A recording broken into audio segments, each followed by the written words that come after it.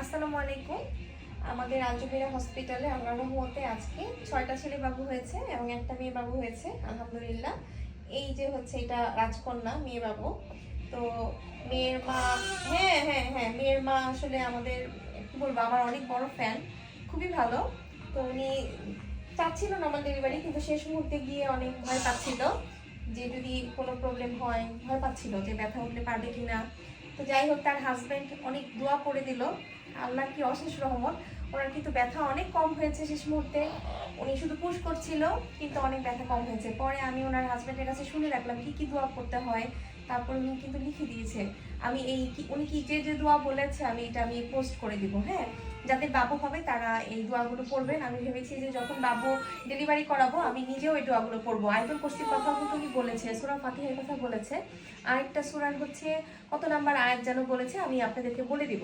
তো যাই হোক, কারণ আল্লাহ যদি সবার প্রত্যেকটা ডেলিভারির মার ব্যথা যদি এরকম কমিয়ে দেয় আর সহজ করে দেয়, তাহলে তো আলহামদুলিল্লাহ খুবই ভালো।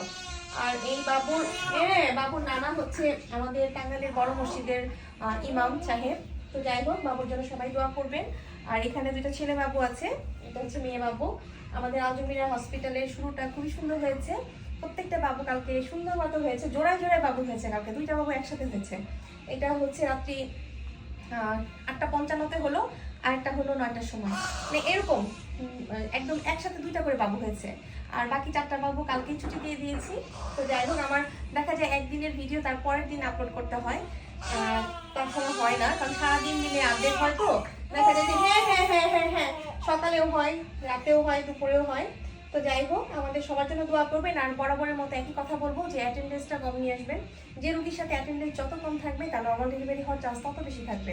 কারণ প্রত্যেকটা পেশেন্টই দেখা যায় যে অস্থির হয়ে যায় লাস্টের দিকে, যে না সিজার করে ফেলবো, সিজার করে ফেলবো, তখন কিন্তু এটার জন্য দায়ী একমাত্র অ্যাটেন্ডেন্স। আর পেশেন্টের হাজবেন্ডরা যথেষ্ট শক্ত।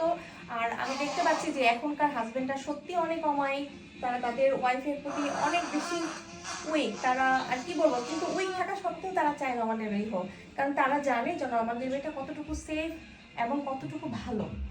তারা নিজের ভালোটা বুঝে, তারা তার বাচ্চার ভালো চায়, ওয়াইফের ভালো চায়। এই কারণে তারা শেষ পর্যন্ত শক্ত থাকে, কিন্তু ওরকম না যে বকাঝকা করে শক্ত, তারা খুব সুন্দর করে বুঝিয়ে কথা বলে। জিনিসটা আমার খুবই ভালো লেগেছে। এই জেনারেশনের প্রত্যেকটা মানুষই বুঝতে পারছে, কিন্তু শুধু আমি কেন বুঝতে পারছি না যে আগের জেনারেশনের মানুষগুলো বুঝতে পারছে না। তো যাই হোক, আমাদের জন্য দোয়া করবেন, যে যেখানে আছেন সেখান থেকে নর্মাল ডেলিভারির চেষ্টা করে যাবেন। কালকে আরেকজন আমাদেরকে নিউজ দিল, আমার হাজবেন্ড বললো যে ওনার হচ্ছে মানিকগঞ্জ থেকে নর্মাল ডেলিভারি হয়েছে। শুনে খুব ভালো লাগলো। যেখানে আমার কথা হচ্ছে এখানে আসতে হবে এমন না, যে যেখানে আছেন সেখান থেকেই সাহস করে নর্মাল ডেলিভারির জন্য চেষ্টা করুন। নর্মাল ডেলিভারি সব থেকে সেফ, সব থেকে কি বলবো, মার জন্য এবং বেবির জন্য, দুজনের জন্য খুবই ভালো। তো আমাদের জন্য নতুন বছরে নতুনভাবে দোয়া করেন। তো ভালো থাকবেন, সুস্থ থাকবেন। আল্লাহ হাফেজ, আসসালামু আলাইকুম।